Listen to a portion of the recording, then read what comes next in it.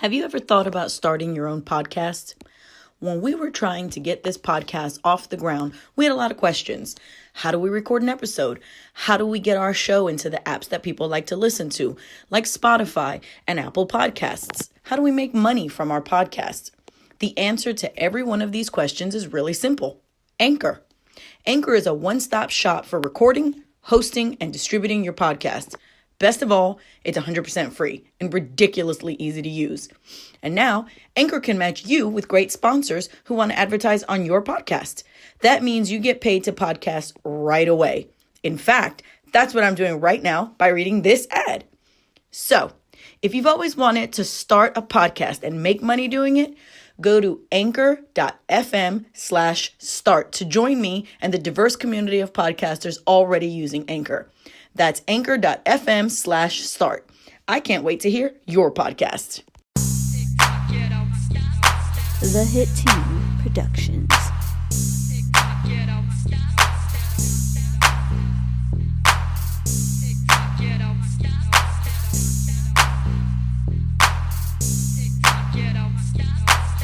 MCF Beats.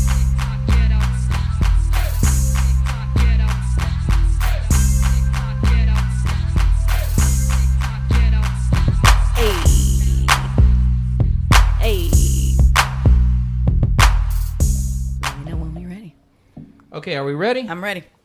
Bubs, you ready? She look after the bomb she just dropped. She ready. Mikey, you ready? I'm ready. She's in. I'm in. All right. Here we go. 3, 2, 1. Fucking Lori, I swear, just fucking stuff up. Are you good? I'm ready. Okay, you're good. Something's up with this mic. I'm not. It's not. I think it sounds good. Does it? It has to me. It has like an echo to it or something. I do not hear an echo. Okay, it's that additional plug-in. Maybe. So, all right, 3, 2, 1.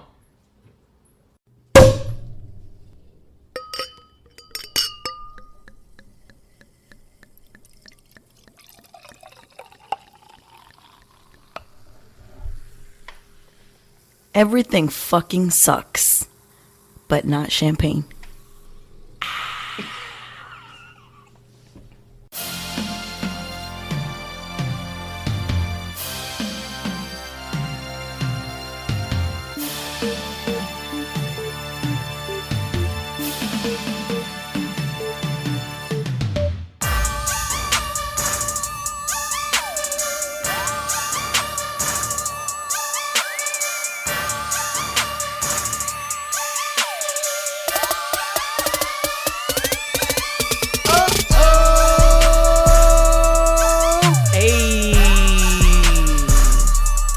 Slam my glass anymore. I was waiting for you, Mikey, to drop something in there. My I thought bad. you I'm was sorry. going My to bad. She missed that mark. I didn't know if it was my part-time. Well, I'm now sorry. that My we bad. done fucked up the intro, let's just go ahead and say, EFS Podcast, welcome my homie, my road doggy, my bestie, my sister friend. Yeah. Mikey. It's the me. It's me. It's me. It's Mikey the H. The natural redhead. Yeah. Mm-hmm. It's Girl, give me true. them lotto numbers. It's true. Oh my God, it seriously. I'm feeling judged. No, not at all. I was a redhead too once. Wow. Y'all see what I got to work with? He act like he in here under duress. Tag team. Because I am. Back again. Yo, EFS Podcast, what's up, peoples? Hey. Hey, thank you guys for all the comments and all the good stuff you've been hitting us with. We're trying to get a little more consistent here. You know, trying to figure out this schedule thing. I feel like everything is finally kind of starting to settle down. It's starting a little bit here. Yeah. So thank you guys for the continued support. And don't forget to hit us up on the social medias. So different ways that you can support the Everything Fucking Sucks podcast. A, you can share it.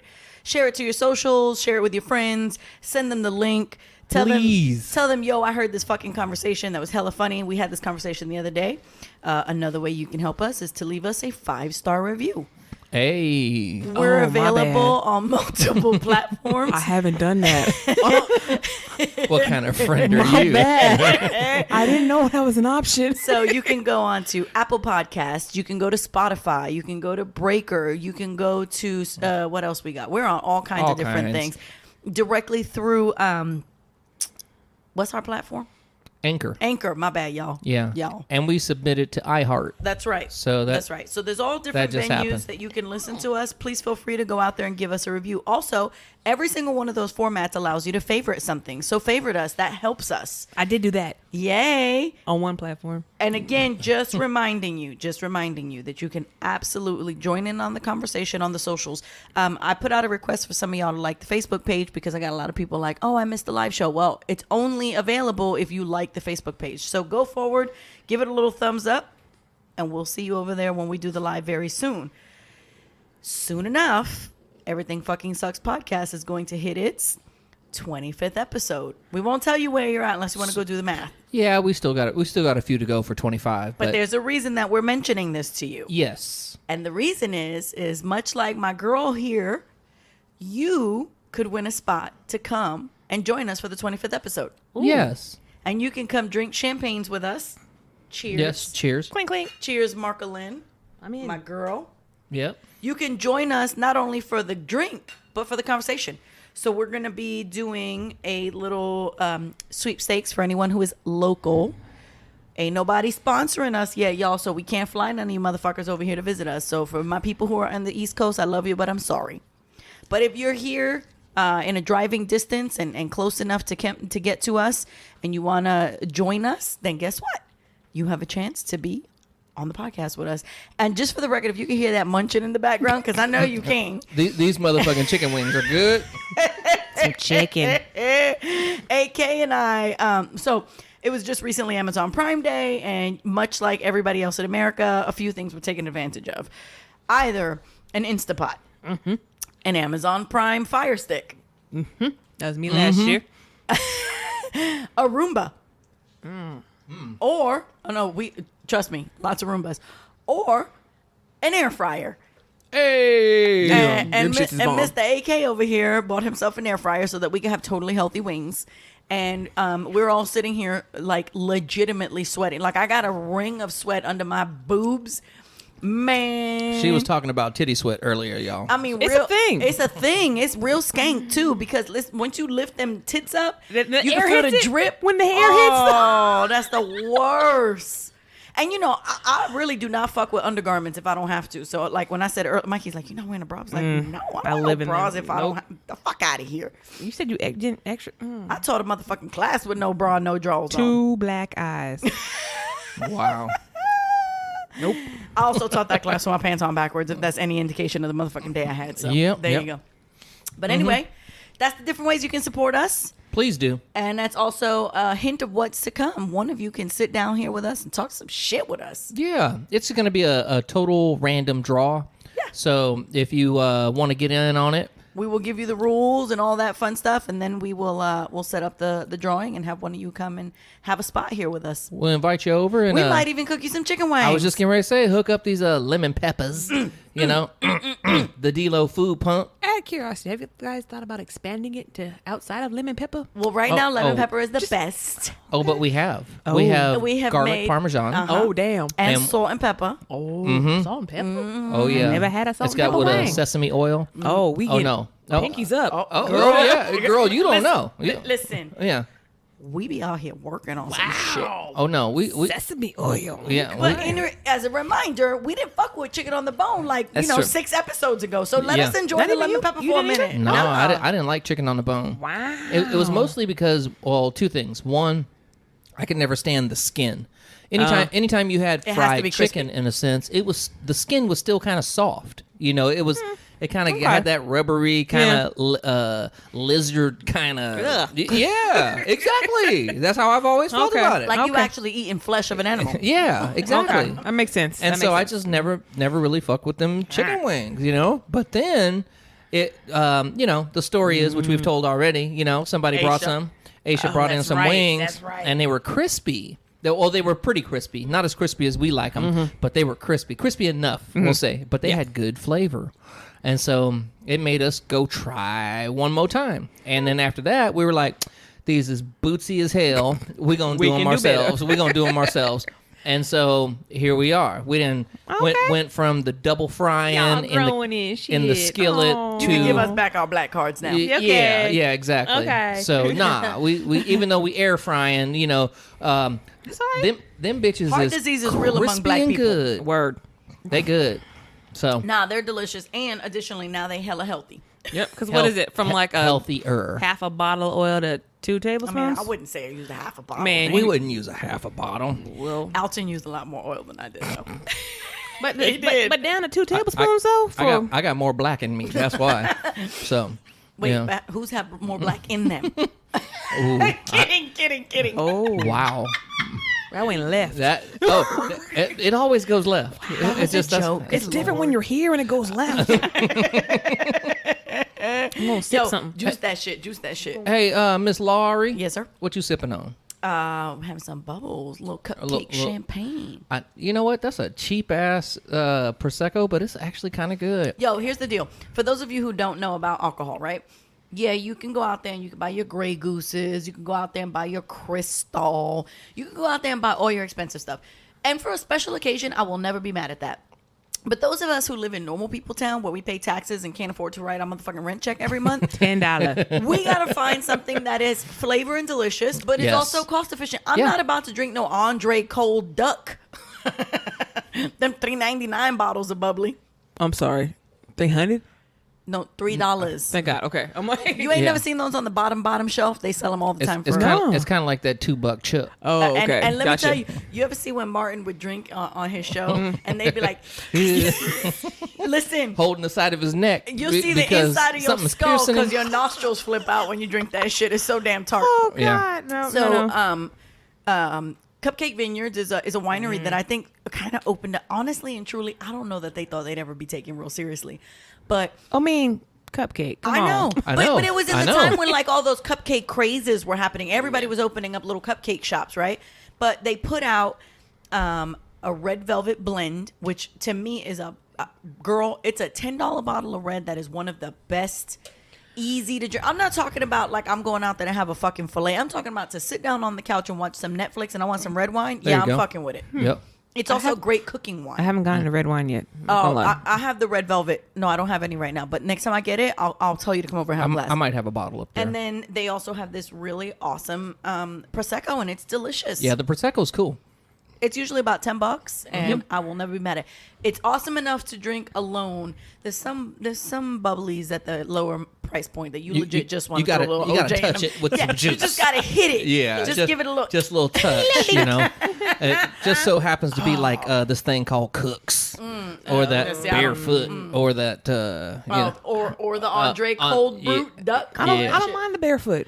yeah. The cooks. Barefoot tastes Barefoot like is- barefoot to me. Damn. And yeah. So Damn. But if it's mimosa out, it's not bad because Yeah, you get a I little mean, juice in there. yeah. You know, you're right.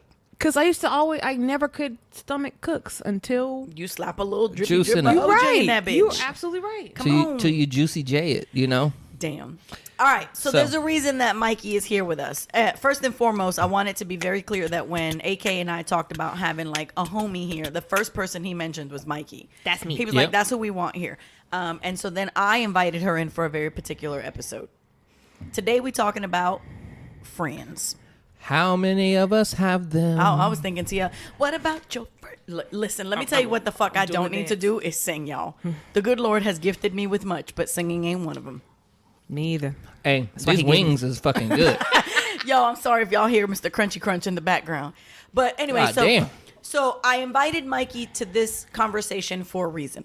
One of the things about Mikey and I that I think bonds us is that Mikey and I are people who can travel together. Yes. And I stand by this statement. If you got a homie you can't kick it with in any sort of a travel situation, and I'm not talking about, bitch, you driving 2 hours to the winery. That don't count. I'm talking about you either on an airplane or you're in a vehicle for anything more than 6 hours. Vegas in 8 hours from here. It's 7.5 on the way back. That is my goal. And then there was the one Vegas that was like 17 hours. Oh, God. Mikey and I went on tour very briefly with the New Kids on the Block, but that's a whole nother story for another day. Oh God. Actually, that's not fair. We were helping out with the Remember Betty Foundation that was doing stuff during the reunion tour, one of the reunion tours. So, If you ever to be been on clear. a freeway for a long period of time, going 5 miles an hour for like 20 miles, and you Mikey is still- my most chill friend, and I got to see Mikey at her most testy on that day. I'm tensing up right now. I'm stretching, trying to calm down, just for the remembrance. This bitch likes to Oh, that drive bullshit. fast. It's not. I mean, it's not reckless fast. It's I want to get there and It's fast, y'all. whatever. That's only when there's turns that you worry. I've never been. That's one of the things I got to say. There's not a lot of people that I'm going to just jump in a vehicle with and let them do the driving, and I can relax enough to even like close my eyes. And Mikey is one of them. AK is also one of them. Like I will get in a vehicle with them, and I'm like, I know I'm good. Like I could close my eyes and I'm safe. Go ahead. If I'm in a car with you and I'm not driving and I can feel every time you change lanes, there is a problem. That is my brother. So Oh damn! On blast. I can't. I cannot sleep unless there are a couple of exceptions. He's sick. One, sick as hell. The other one is I'm toe up from the flow up, and I need to close my eyes. I have driven a certain person who is speaking right now on both of those occasions. I'm just saying. I've been in that car. I might have been in that car. Yeah. If I'm at that point, then I got to close my eyes. But other than that, I will not. I have to stay awake. I got to watch and be up front and all that good stuff. So Yeah, and fucking talk shit to you from the passenger seat. why are you driving like that? Alton, yo, Damn, throw your blinker on. Why you going there? Let me tell you that some of the few occasions that Alton and I have had a little static has been in the vehicle because he is the worst fucking passenger driver on the planet. Hey, The worst. Oh God. I have a rule. What does that say about the driver, though? I don't give a fuck what you think you can drive. You don't like how I drive, then you drive. But you know my rule. If for some reason you're in the fast lane going 45, In a Prius. guaranteed there's a Hey, Prius. hey. no. Don't talk about the Prius. now. Guaranteed there is a Prius in front of you somewhere. I know of one other person, and actually I'm sorry, two. Alton's one of them. My other friend Mal, her other car is a 12-cylinder Camaro.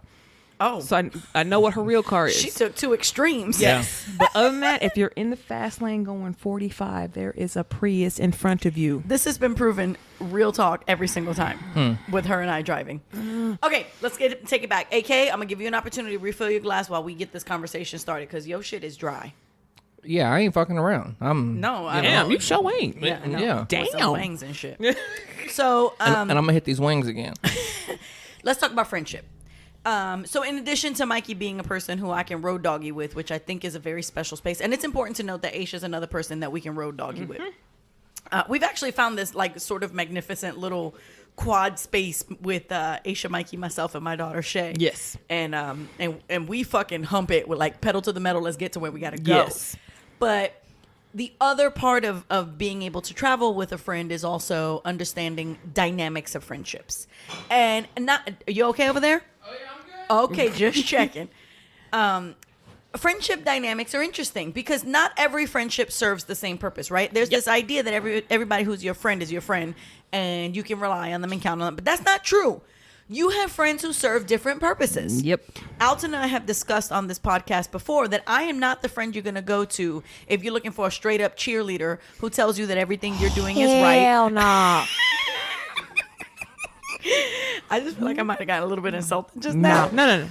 But you know, you have your friend who like no matter what you do is like put your head on my bosom and talk to me. You have done everything right. You are a winner. The world is what's bad. The people around you are what's bad, but you are always right, right? There's one group of friends like that. Then you got your keep it real friend who's going to look at you and be like, okay, but bitch. That's you. No lie. That's you. But bitch, did you XYZ, right?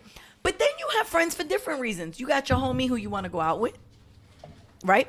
You got your homie who you want to go pick up dudes with or chicks, right? Whatever. You got your homie that you're going to get with and y'all going to go out and it's going to be a bitch fest. You picking up the broads in them streets. Wow. Or the dudes. Yep. Alton just joined us, so I had to include him in this conversation. Yeah, you better. Shit. You got your homies who you can talk about money with. Mm-hmm. Money is a conversation that is hard to have with friends. True.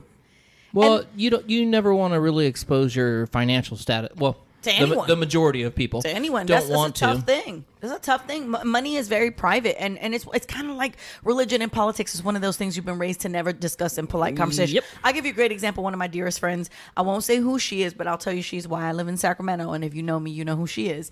She does not discuss finance. It's not her thing. So they moved back here from living in another state, her and her husband, and they found this tremendously beautiful home. Not the one they're in now, but the one before it. And she was like, yeah, we got this really nice house and blah, blah. So then I get to the house. I'm like, God damn. And so, yeah. So, we out there, we drinking and we hanging. And I was like, what the fuck y'all pay for this house? And she was like, we paid a little something for it. Right. And I already know she don't talk about money. Right. And so she leaves the room a little while later to check on one of the kids and husband's like, we pay XYZ for it. And I was He's like, my favorite. And I was like, damn. But you see what I'm saying? Like, there's the spaces that people are comfortable and the spaces where they're not. Yep. I am the friend who there is not a space regarding sex that I will not go. I don't care. I'm going to talk about it. That's true. I don't get, and to me, I don't understand why we can't all talk about it casually. There's conversations that Mikey's been like, hey, bro, can you stop telling people that? And I'm like, oh, my bad. Because legit, I'm like, that's fucking awesome. And she's like, nah, it's private, bro. Right? So you have friends that serve different purposes. Absolutely. But one of the things Mikey and I have in common is the ability to cut a motherfucker off when their friendship is no longer serving both of us. I am a champ. Legit. I'm too old for that shit. Give her the crown. Yo, you remember the back in the day Apollo with the hook? Mikey is the motherfucker side stage with that hook like, nah, it's time for you to leave this party. Nope. Done now. But here is what is interesting, and this is part of why I wanted to invite Mikey here. Mikey, why don't you tell us what your nickname was in high school? Mute. The Mute. Let me tell you, once upon a time, Mikey did not have the space, confidence, wherewithal to be how she is now. Nope. And so, What changed? yeah, that's exactly A what I job. was saying. I got a job. I got a job in juvenile corrections. Oh. Okay. And they was just straight up shit talking to you. For that job, I'll legit, when the first day, it was, for what the title was, I thought I would be assisting someone with paperwork and doing whatever, and filing whatever. Okay. Wait, you thought you took a job of corrections and you was going to file? Well, for how it was described, yeah. Okay. Yeah, how it was described, yeah. So the first day he was like, so you guys, bet you guys thought you're going to be doing paperwork and just assisting. And we're like, yeah. He's like, no. And he took us on a tour of the facility. When that door slams behind you and you hear that lock, you're like, oh, shit. I can't leave if I want to. This real. It's real. So it was literally, it was juvenile corrections. So basically they took us on a tour. We had to learn how to do wrist locks, holds, how to take people down, how to handcuff, how to ground fight. Oh, wait, y'all handcuffed the kids? The minors? Yes. When they fight, you have to handcuff them, take them to their rooms. Interesting. I knew minors were hogtie, wire strapped. Oh no, we had handcuffs. They still have handcuffs. But you gotta escort them to their rooms. You gotta do pat downs anytime they leave. Because I was always with the maximum security kids, the kids who did big boy crimes. Yeah, they need handcuffs. So they never can leave. So basically, the kids have nothing to do all day long but to stare at you and figure out what How irks you. How they could intimidate you. Yes. Yeah. And so these are the people who basically are going to age out so they get to go to an adult Correct. prison. Okay. And the morning of their 18th birthday, they go to big boy jail.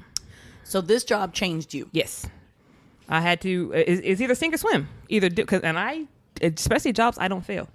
So it's either be meek and whatever and quiet, or step up and start screaming at people. So let's go back a little bit. What do you think was the reason that when you were in school and you were nicknamed the Mute, talk to me about why you were that? Because see, here's the thing. Let me give you a little quick backstory on Mikey and I. Much like Alton, I hired Mikey. They came to work for me at a former facility that I was a partner in. And Mikey walked in, very, very sweet, very warm. I would even say bubbly, personality-wise. Wow, really? You had bubbles, girl. Yeah, Okay. Real talk. That first day, just warm, right? A personality that very quickly you're like, this person's really lovely. But I'm going to say something that a lot of people are not going to love that I'm going to say, but hear me out. we were hiring for her for a specific program. It was a hula program. And we had done some auditions, right? In the fitness world, there is this very clear idea based on what you see as a person who is on the receiving end of the marketing of what you believe every instructor on the planet looks like. Yep. Mikey don't look like that. I don't like nothing like that. And she came in and got on stage. And even though she was warm and she was friendly and she was all those things, you could absolutely see that she was a shy, introverted person. Mm-hmm.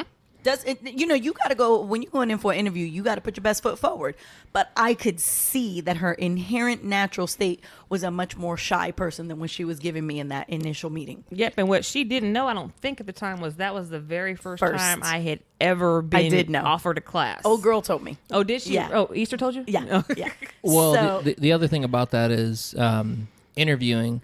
Was the interview a demonstration of a class in front of people? We had probably 20, 25 people Okay. there. A lot. Clients, actual clients of ours. So that's a whole nother thing right there. Yep. If you have never taught a fitness class in front of a group of people, Which I had. it can be intimidating. She was certified in the program, Lord, I was but scared. it was Oh, no. actually her first time. Certification is a little different, Yep. right? Yep. But then when you go in front of someone, the nerves kick in. I know for a fact they because were I there. did the same That's thing. right.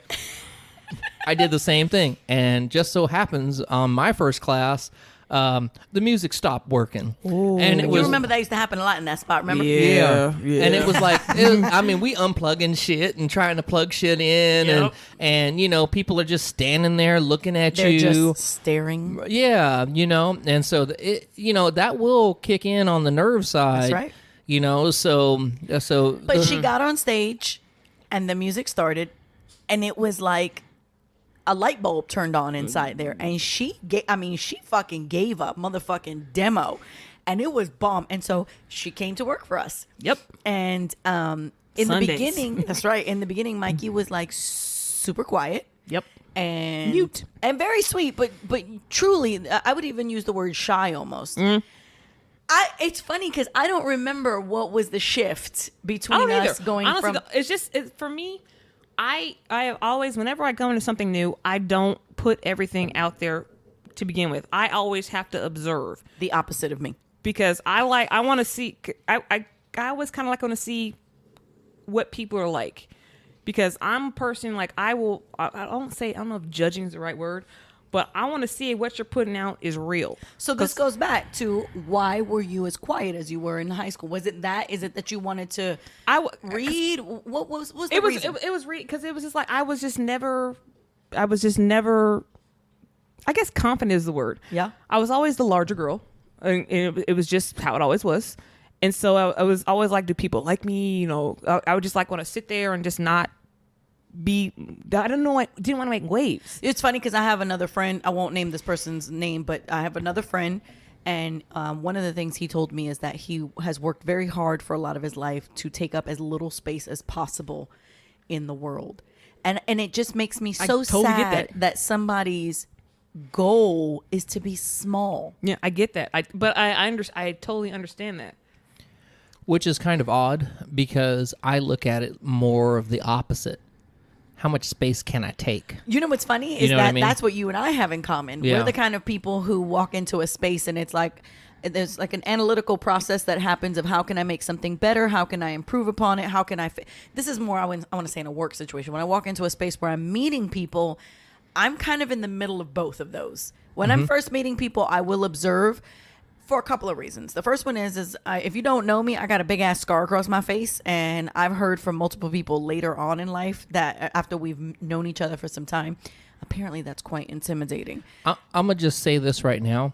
You didn't even notice it. No, I noticed it back then, but knowing you for the years that I've known you, it's like I don't notice it. Nope. It I agree. It does not. It's like not there. It's the right. It's like I totally it get is that. something that is definitely there. I saw it, but I was like, I never thought about it. And you Right. told me about it, but I was like, I don't necessarily see it anymore. Yeah, But I yeah. think that for the people who don't end up getting inside of the circle with me, inside of Right. that space with me, they don't know about it. And so when you combine a big ass, so for women to have a large scar across their face is kind of not the norm, right? Yeah, I agree. And like if a dude has a big scar on their face, almost nobody asks a question. Yeah. That motherfucker's sexy. Right, right. Like, oh, he's a bad boy. Yeah. But a woman has a large scar across the face, and it's a very different thing. I Yeah. have had strangers walk up to me and ask me if I've been in a domestic abuse situation, if I've gone through a windshield. Oh, God. I actually had somebody here in the local supermarket, a young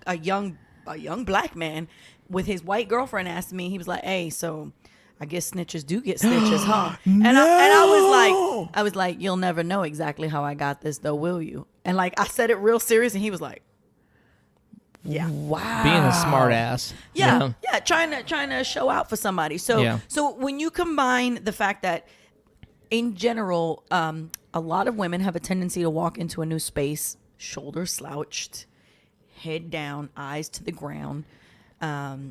Because, the truth is that women who walk into a space and own the space more often than not are labeled.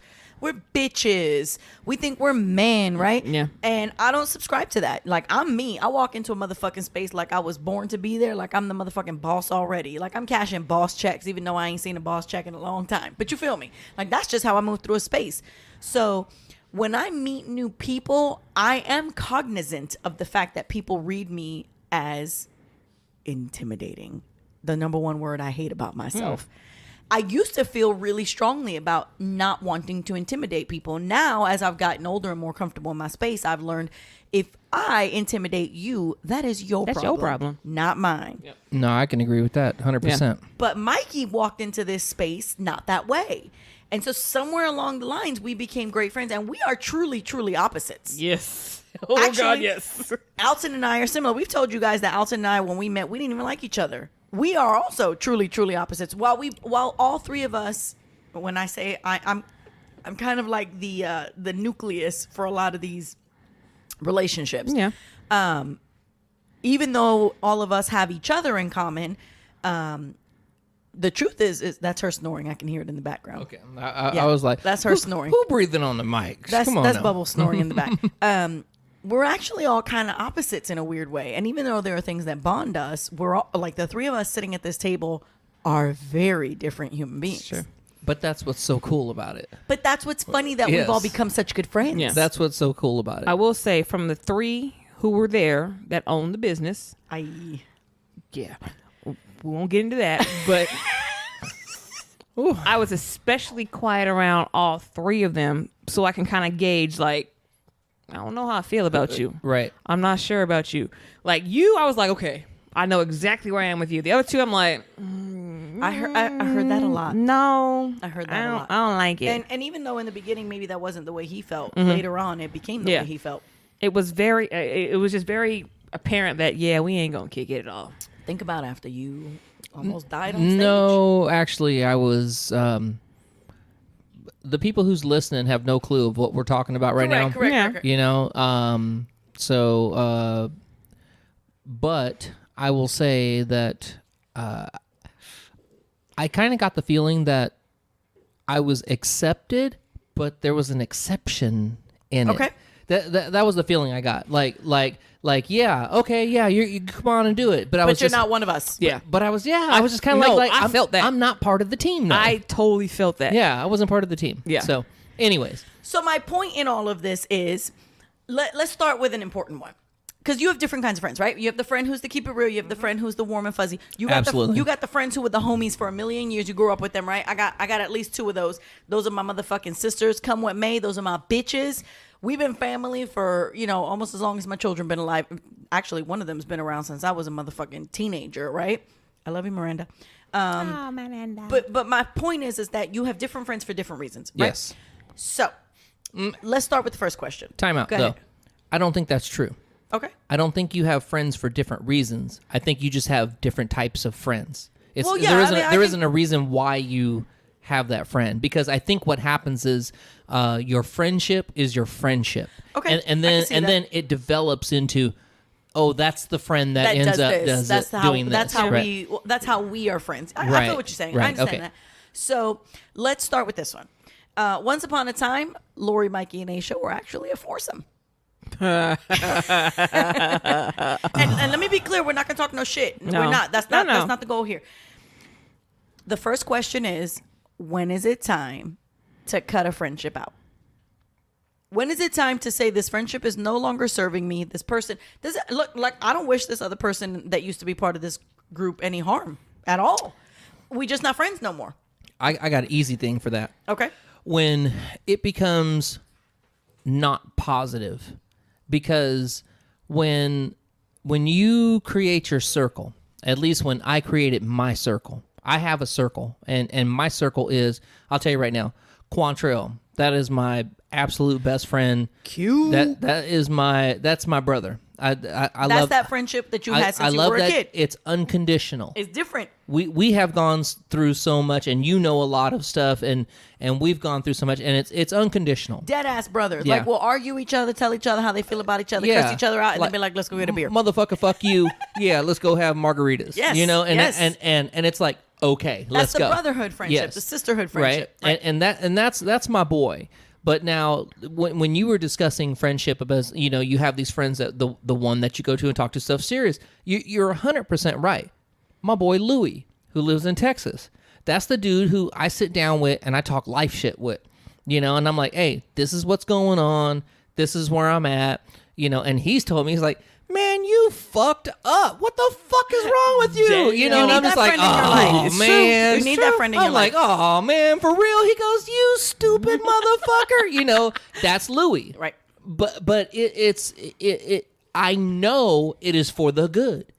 It might not always be easy to hear. Oh, man. But that is the person who keeps you honest in your space. Perfect example. When I was married previously, something happened. I told Louis about it, and I was fucking in the gutter. I mean, I was in the fucking gutter, and I told Louis about it, and Louis's like, I'm so fucking happy for you. And I was like, what? Damn. I was like, what? And he's like, motherfucker, she didn't deserve you. And then it was like, wow. That's the you know what I mean? motherfucker that you need in your space. You know what I mean? You need that person in that moment when you're that feeling true your honesty. lowest to be like, it's hey, that true honesty. while you was in it, I respected your choice because you're my man. Well, exactly. But when you But on the came real, out of it, yeah, I'm on gonna the tell your real. ass that was not only was that a Right. mistake, but you deserve better than that motherfucker. And that's my boy That's a Louis. friend. That's my friend Louis, right? And then I have the third, and it's I've always said, you know, people say, oh, you only have one best friend. I said, nah, I got 3 best friends, right? And my third is my boy Anthony Dotson up north, right? And Anthony AD is that dude I talk to about anything. I mean, it's No judgment. There's We no just talk about it. There's no judgment. But you know what? Our stories are similar. But you wouldn't talk about those things that you would discuss with AD with Louis. No. Because the reaction It's different. and the space that you need when you have those AD stories, you're not going to get from Louis. And Right. that doesn't mean there's anything wrong with Louis. Exactly. It just means that in that moment, what you need, you know who to go to. Mikey, I promise you that if you have one of those days where you just need somebody who's like, girl, you are fucking everything. Every move you've made is the right. You're not coming to me in that moment. Yeah. I'm not that friend. Yeah, no. I think it's Fuck I you, think it's Mikey. when you hit damn. I think it's when you hit a critical moment. When you hit a critical moment, as in you're sitting at home and you're just like, motherfucker, you know, you're just I gotta talk. I gotta call somebody. You call that person that you need. You know who you need in that moment. and you're not calling for, you know, someone to console you. Or just to tell you you're right. You're calling because you need something. You need some guidance. You so, know, bitch, who's your warm and fuzzy friend then? yeah. Hoe ass? Yeah, bitch. My warm and fuzzy friend. I honestly, I don't think I have. I don't think I have one. Oh, you might need one. Yeah, I probably do. That's Because you know that's me. probably why I have a therapist. Damn. Me and Aisha, not it. I will say though, for that friend that we're talking about, The, for me, the former of the. for it used me- to be a foursome. It's now yes. a threesome. there were signs along the way that I tried to ignore. And was vocal about to Yeah. me. We talked about it. I have learned in my years that I can't avoid those feelings. Those feelings are telling. Like when your mom used to tell you like that friend's not good for you. Yeah. It's that feeling like I'm like it's just stuff that that was being done and said, and I'm like, okay. Usually your parents know first. They do. Yeah. My mom didn't know this person, which is okay, because I was an adult, but there was just so much stuff that happened that I couldn't not recognize. And it was just like, you know what? I'm cool. The last straw was a party for her. And it was like me, Lori, and some other, we were on an island. Literally separate from everybody else, and got no attention. Not that I needed attention. Nah, I'm saying like no recognition as the homie that's been holding it down. Exactly. Like who are these other people? I ain't never seen these people in your house in my life, but you all like hey. Licking their ass. Let me put it like this. Damn. Nah, real talk. Me and Aisha walked up on the house and heard her down the street. We walk in and was like, oh hey. Oh hey y'all. Bitch, what? Yeah. Who the fuck are they? Yeah. When your shit's been going down, when your life has been in the motherfucking toilet, it's been us here cleaning up the messes with you. But So- you know what? But that happens with friends. Friends. It does. Friends will all of a sudden flip a switch, and trust me, it's kind of like, what the fuck? Really? Y'all, really, you guys are acting like that? But that's okay though, and I think that's one of the things that people. It's kind of like when you get into a bad relationship. Like the relationships usually start good, right? I don't really believe every relationship starts bad, or you wouldn't be there, for the most part. Relationships start good, and then somewhere along the way something goes sour. Where your critical thinking, where your confidence as a human comes in, is when you can say this relationship is no longer serving the purpose it used to serve. Yep. That doesn't mean that the two people involved are bad. Sometimes somebody is. Yeah. The fact that I could walk away so easily from that tells me everything I need to know. yeah, That's it. I'm like, I was good. That's the I'm truth. cool. That's the That's truth. real Because I talk. walked away from that party, I'm like, I don't ever have to talk to you again. And I'm okay with that. And that one was a little harder for me. It was not for me. It was a little harder for me because that person had gone above and beyond in a couple of situations for my daughters. Yeah. And so Yeah. I'm always going to have a softer space in my heart for anybody who treats my girls well. And Yeah. and I'll be honest with you, when I was ready to walk away, it was hard for me. Yeah. And even now, still, if I ever catch wind of something in their life, It there's hits like you a little bit. There's a little Yeah. tiny I gut get it. punch. Am I a horrible person? You're not. No. You're not. And I'm going to tell you It's- why. it's different. Because It- your it's a different relationship with that relationship. person Yeah. was different. Yeah. And your commitment to that relationship Yeah. was different because you didn't have that same set of circumstances. Yeah. This person really did have a bond with, particularly with one of my Yeah. daughters. And so when it took a sharp shit, it really sucked because it wasn't just like our friendship changed us. I had a little one who was left high and dry as a Yeah. result. Yep. And that's actually And happened. a little one who had to experience some stuff. With, Yes, that's actually affected my youngest with two people who were in our squad of friends. Yep. Who, like, it seemed like they kind of hit a switch and just, Yep. took this sharp left. People who would go out with my daughter without me. Yep. Because it's important to mention that my youngest daughter is actually 21 years old. She's not a baby. She's a grown up, but for some specific reasons, some health reasons and some personal reasons, she's a little more isolated than your average young 21-year-old. And so it really was a special space in my heart when some friends of mine would spend some time with her solo dolo and really engage in a legitimate friendship with her. I totally get that. Yeah. So when those two people and I had an issue and their reaction was to cut her out, Yeah. like that was where it made it easier for me to be Yeah. like, well, fuck you then, bitch. Yep. Yeah. Like you wasn't in it for the right reason. Right. For both those situations, my thing was I kind of waited. It's like, if I'm putting all this in and you're taking it, that's great. But if I'm not getting anything back and you're just basically Sucking like a sponge. exactly, then it for the second one you're talking about, that one does kind of sting me because That's the one you have had a harder time with, Yeah. where I was like, fuck you, bitch. Bye. yeah, exactly. We're kind of the opposite with these two people. Yeah. AK still fucks with this last person. Like, I think, honestly, Yeah. Who's the last person? I don't. it's talk not, no, that's not what I meant by fucks with, like, you're not still friends. I'm saying that if I had not had that falling out with this person, you'd have no issue with this person. Does that make sense? And honestly, to this day, I have no issue with any of those people. Correct. Because that's how I am. Right. What your issue is with someone is your issue. Yep. It is not my issue. And I'm not that's that's I'm not why I the have a sheep. problem. I don't do the sheep thing, and because you guys have one, and then And it's if like, I'm going to talk about an issue I have, it's because this last person was.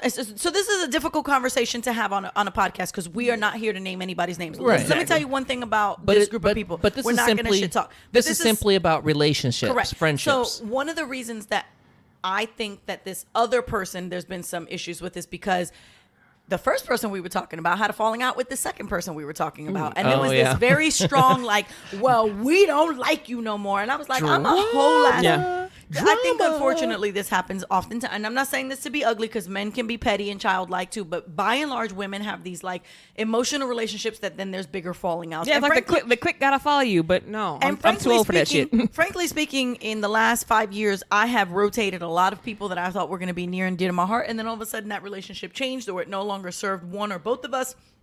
I'm the first one to be like, bye. But again, I'm a little different than a lot of people are with certain things. But I'm going to say, I know the majority of those you're talking about. And if you look at them as a whole, there's a pattern with all of those. Okay. That are way to the left. And so, What's the pattern you think? the pattern is there's no consistency.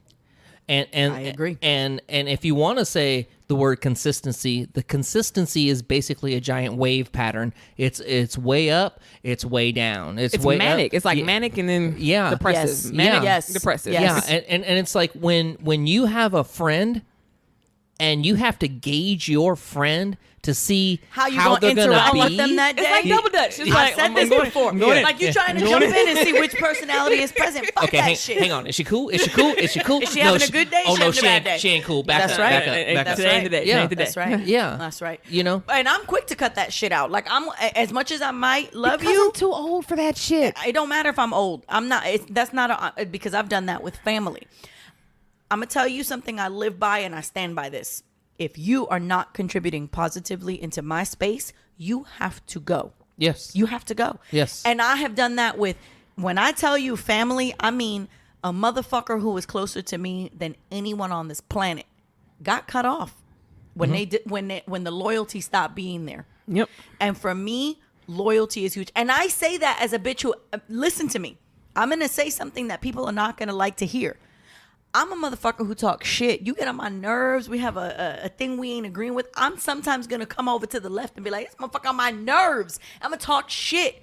I will never talk about your personal business. I will never embarrass you. I will never.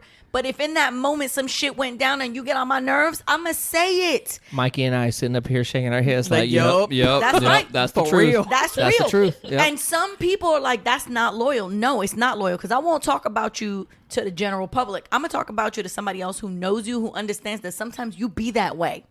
Sometimes you be that way. Yep. And in being able to say it, I can get over it and we can move on. Yes.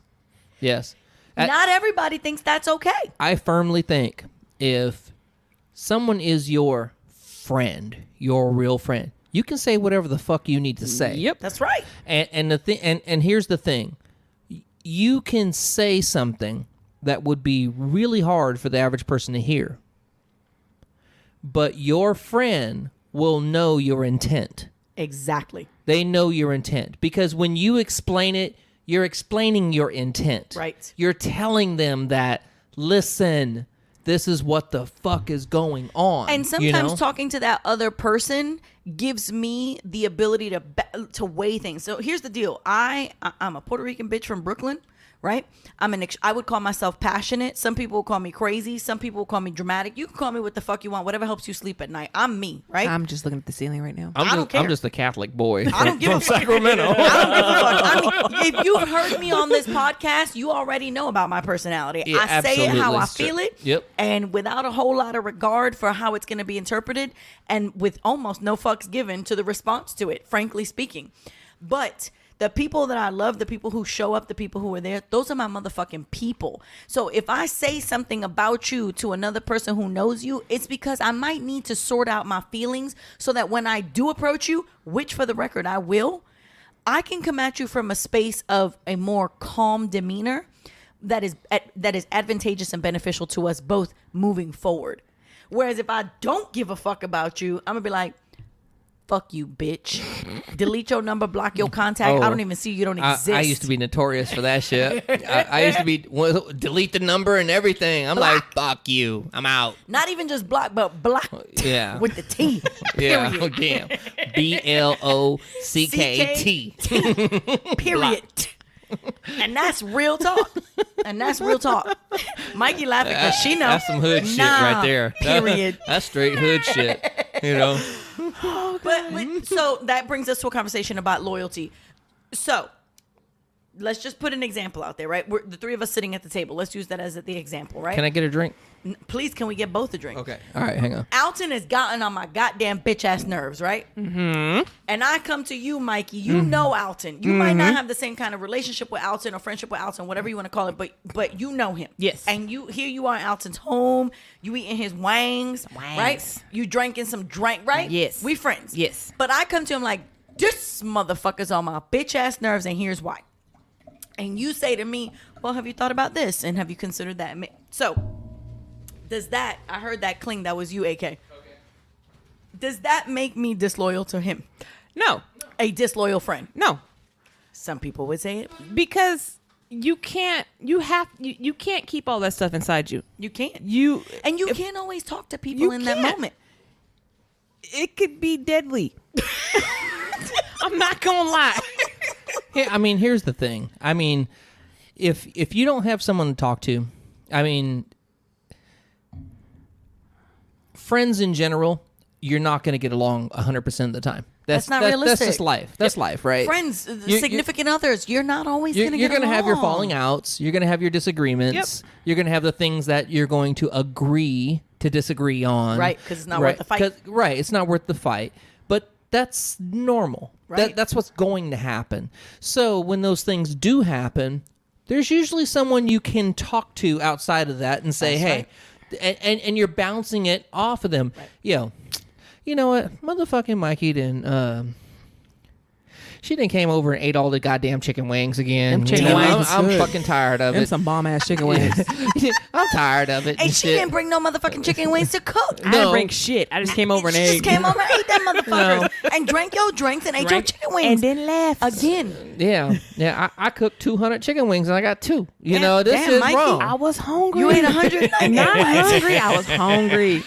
But you know what I mean? There's always going to be some type of disagreement or so. And I'm not saying always, but No. what I feel mean what is you're there will be at some time a disagreement where you're going to be like, God damn, you're getting on my nerves. Mm-hmm. You know, and it's normal. I feel like the ability to acknowledge those spaces is what makes you a better friend. That's the key. That's the key. And I will tell you, like, out of my 3 friends, you know, and I'm sure I'm probably speaking for them too, that there are things that they do or they say that get on my nerves. Right? That it just strikes a chord with me. Right. Not saying I hate it or anything like that, but it's just like that it just strikes a chord. In that moment, for that reason, it just irritated the shit out of you. It just strikes a chord. That's right. And I'm sure if you talk to them, they'd probably say, "Oh yeah, when Al go on his thing."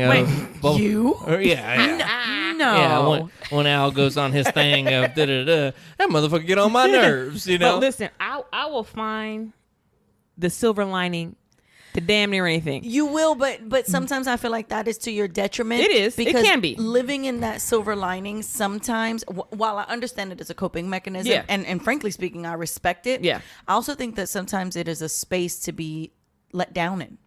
It can be. It really can be. But because I will legit find the silver lining, but I would be like, you know what? Fuck it. So what's the silver lining in that first person leaving the 4-way friendship? I felt so much better. Oh, damn.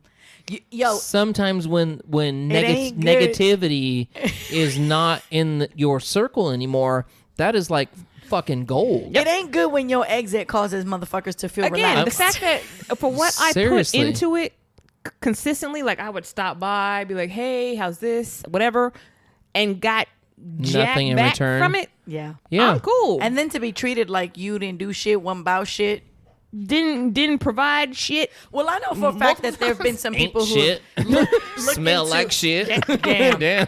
I know for a fact a couple times. Never mind. No, it's fine. It's fine. It's that fine. was ugly. It's fine. I know for a fact a couple times we've had what I would call peripheral friends when we've gathered have made comment about the fact that Great like, comment there. Peripheral friend. Yo, there's a such Okay. thing as so here's the deal. You got your inner circle, right? You got the motherfuckers who know your secrets. Yep. The motherfuckers who know they can, for the most part, because I'm not great about this, for the most part, they can roll up in your house because some shit has gone left and they need to talk to you. And they didn't even call. Again, I say for the most part because I'm not good about this. But you have those friends, right? The people that have been through it. Your mama, your daddy get sick, and that motherfucker gonna come to your house, and they're gonna sit there with you and let you cry and feed your dogs and feed your cats and clean your house and cook for you. Those friends. Then you got the friends who are there, maybe not for forever. And there was a great Sex and the City quote that when the next person talks, I'm gonna pull it up and I'm gonna use it because I bet I know it. because it matters. It was something about how not every story is happily ever after. Some relationships are for a chapter. That doesn't make them any less important. Yep. And It even sounds like though, a rap video or something. Yeah. even though that particular friendship that we were talking about was not a forever friendship, in that time it was significant. We built a gang of memories together. Sure did. Even now photos will come up, and even though we're no longer friends, I don't look at those things and go, fuck that person. I think to myself, in that moment, that motherfucking shit was fucking fun. Hey, we had fun. But see, that's the whole thing about friends. Yes. Right? I mean, you don't I don't see how you can look back at memories that you have, and let's paint a scenario, Yeah. right? Let's say that that friend fucked you over somehow, right? And you're just like, fuck that person forever and ever. Yep. And then all of a sudden you get a little Facebook memory that's 7 years back. You know, that really did happen, And- though. I and- thought of like, and it's a time when y'all fucking kicked it and had one of the best times, Yeah. you know? You're not Yeah. looking and you're not going, you know, fuck that person. You're going, fuck, that shit was hella fun. You I know? think though that you don't do that if you're a person who does not carry, you know, I'm going to give you an example. And even though this particular example is a deeper relationship than a friendship, let me make myself clear. A lot of you might not know this, but in addition to my two beautiful brothers, who I think I've talked about on here before, I actually have a sister. My brothers are fine as fuck. they fine. I actually have a sister.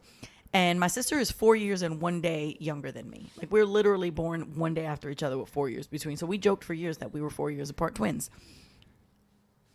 That person was the closest human to me on this planet. And I say that for a lot of reasons, not just because she was my sister. The two of us survived every manner of abuse and neglect that human beings survive. And I think that when you survive trauma together, it even cements something even further. And we have had a falling out, and we haven't talked in years. And the falling out in and of itself has been tremendously difficult. But the real fucking shit that took a shit and a left was that when we had that falling out, she betrayed me. Conversations that we had privately, conversations that we had when we were at our tightest, things that we would talk about joking. You know, everybody has them jokes that they have between a relationship that they would never tell anyone else, because to anyone outside they would seem mean, but that's like your inner dialogue conversation. Those like almost even simple things to very deep personal secret conversations that were just between us were posted on Facebook. And damn. yep. And I'm afraid to talk right now. I was put 'Cause I'm on uncomfortable. full front street about some things that I said about somebody who ended up becoming our family. Yep. And I'm trying to hide. and even to this moment, I don't wish her no harm. I don't. And that's really big, though. I don't. And in that moment when all my business was put on Front Street, I didn't blow up her spot. I didn't put all her shit out there for the world to hear. Oops, sorry. That was AK, not me, for once. And again, it was Twice. AK. Some people, when y'all have a falling out, they put you on blast. And I don't understand that. I have never had such a falling out with anyone that I would put them, that my goal would then be to turn around and hurt them. Once upon a time, I loved you. Yep. Listen, if I really wanted to put motherfuckers on Front Street, I'd talk about my baby daddy. Okay? You want to talk about a motherfucker I could talk some shit about? And I've still never done that. Because At some point, I loved this person. At some point, there was a relationship. There was a loyalty to this person. People who have a falling out and they put your business and your secrets in the street, fuck y'all. That is so fucking ugly. I have had, I want to say 4 massive fallouts in the last 6 years with people who at one point I fucked with. And I don't put their fucking secrets in the street. Our falling out is private. It's between us. And that's where it stops. I'm not sitting on Facebook talking about your shit. I'm not fucking posting subs about you. I might have done that about a couple of the people in this equation, but I won't talk about that in this moment. Moving on. Those subs were never specific to secrets. They might have been hurt feelings that I was trying to process, but they were never blowing up somebody's private fucking spot. And I think that's bullshit. And that's the people, those are the people, that loyalty right there where I'm like, fuck you. Fuck you. We ain't never going to be able to be cool because I can't ever fucking trust somebody that would fucking break loyalties and secrets in a fit of fucking anger. Fuck you. Let me tell you, I've had several instances where shit has happened with people who I fuck with, and I say that as in like people I'm seriously strong cool with, and I have never gone out and dropped everybody's business. You know what I mean? It's like your business is your business. I respect that, and I will never put that business out there because that's how it is. And that's not the type of friend you are. And simple. That's how it should be. Plain and simple. You know, even though I don't talk to you anymore, even though I know some shit has been said from other people and has been said to others and you've talked shit about me, I have never said anything. I've kept my mouth quiet.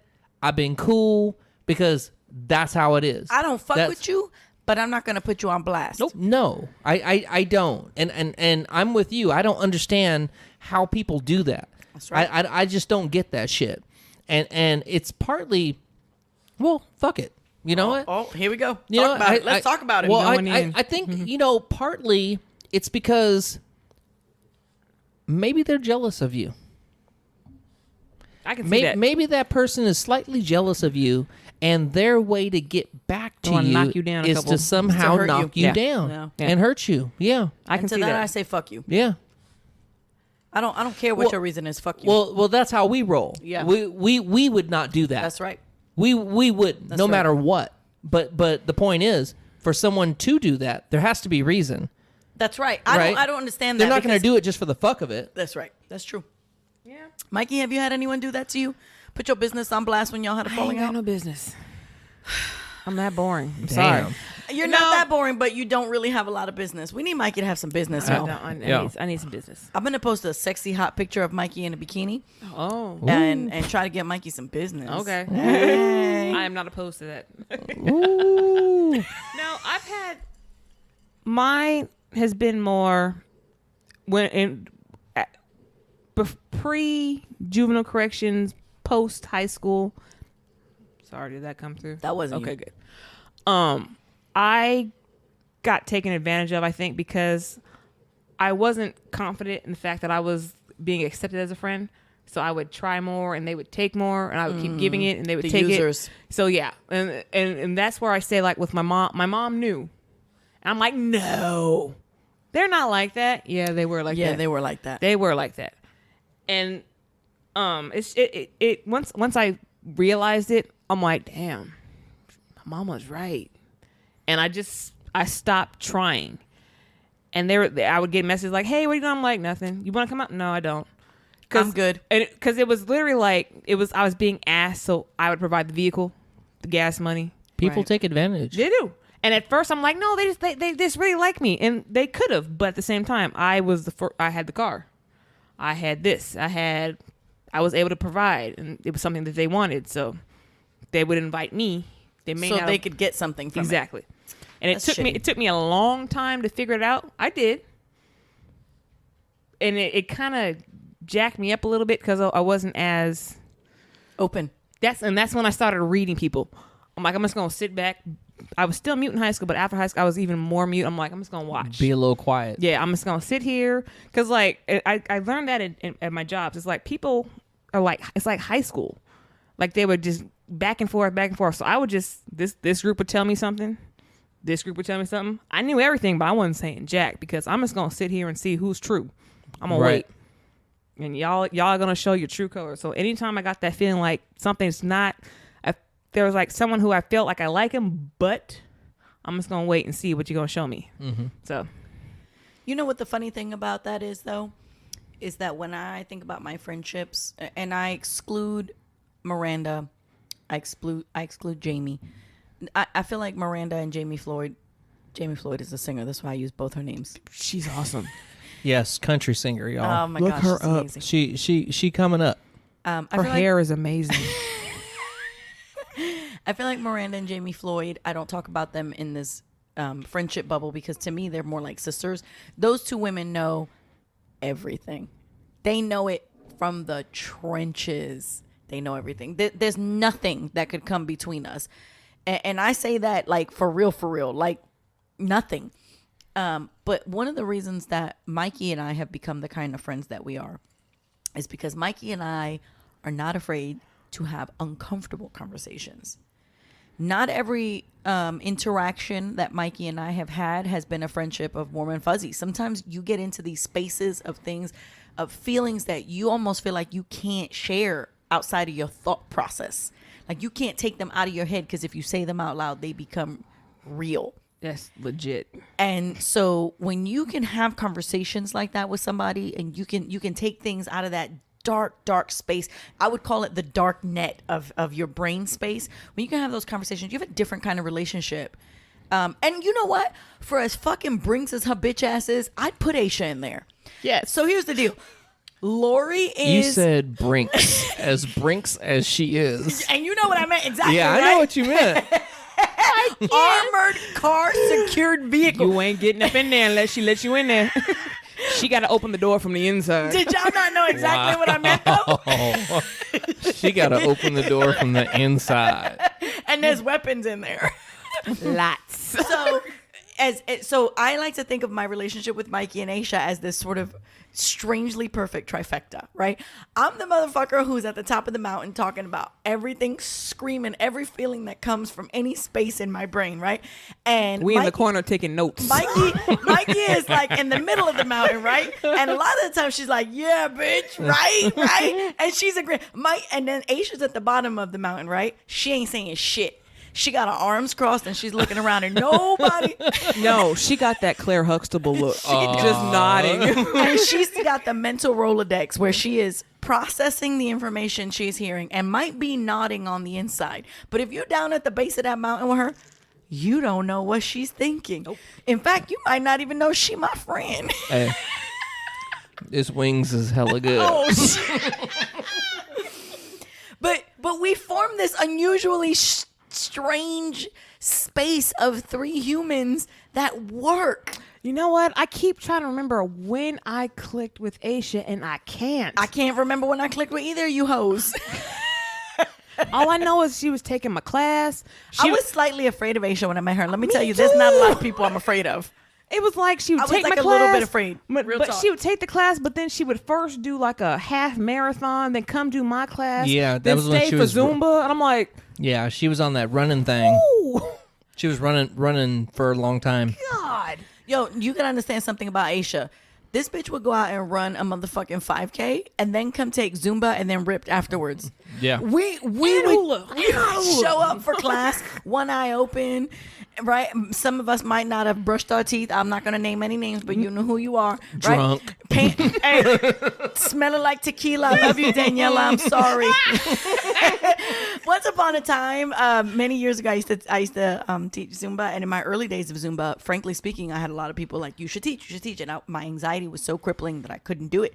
And so my good friend Daniela and I were billed as D-Lo D. She's D-Lo and I'm Low D, right? So D-Lo D. And so we would tag team one or two songs. And then I would go in the back and I would vomit excessively from the anxiety. And then I'd come back, jump on stage and do two more songs after she did too. Well, one particular Saturday, I had partied balls the night before. And we were up there doing a duet song together. And every time I turned, she's like, bitch, I still smell the fucking tequila. Yo, every turn I took, I thought I might. It was the equivalent of her taking a shot from my sweaty tequila self. Oh, wow. But you know, friendship is funny and friendship is difficult. And friendship is, it is an unusual relationship because personal relationships, right? You get sex out of it, or some people get financial support out of it. Some people get a family out of it, right? That's personal relationships. It's almost very clear what you're getting out of an interpersonal relationship, but it's not quite as clear with friendship. And so when you find these people that what you give and take from each other is kind of mutually balanced, it's this sort of really magical space. But one thing that can really fuck up that party is money. And I'm going to, just like I just finished talking about my sister, I'm going to put myself on Front Street here. Somebody suggested that we discuss friends borrowing money. And I'm going to keep it real with you. I didn't want to discuss it. And I'm going to tell you why. Because I owe a friend money currently. And it's the last 2 years, I've kind of hinted at how difficult the last 2 years have been for me. But the last 2 years, something changed with my work. And Something changed. Nah. Period. It disappeared. I was trying to be gentle in my comment, but yeah, I went from one financial status to a very different financial status. And in that same time, Alton and I were desperately trying to save a business that was failing. And it was a fucking money pit. And I owe money. And I have not been able to pay that money. And it has made, whether that person even could ever acknowledge it or not, it has made things incredibly difficult. Because you know what? No matter what you do, if you owe somebody money, they're looking at every fucking thing you share and post and going, but you could do that. Right? Oh, you could go to the grocery store right? and buy a steak, but right? you can't pay your money back. Yeah. Right? Yeah. Is that not real? No, I get it. Well, again, when I was talking earlier about like the friends who were kind of using me. No, they were. They weren't kind of. Them bitches was using you. Say it. I have, and I'm kind of, I have Speak learned. your space. I have learned.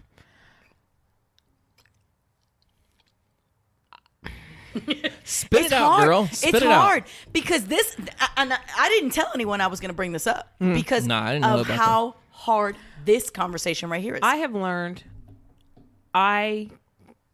If it's in me to, if I can do it and I feel the need, I can do it. I will do it, but I don't always expect it back.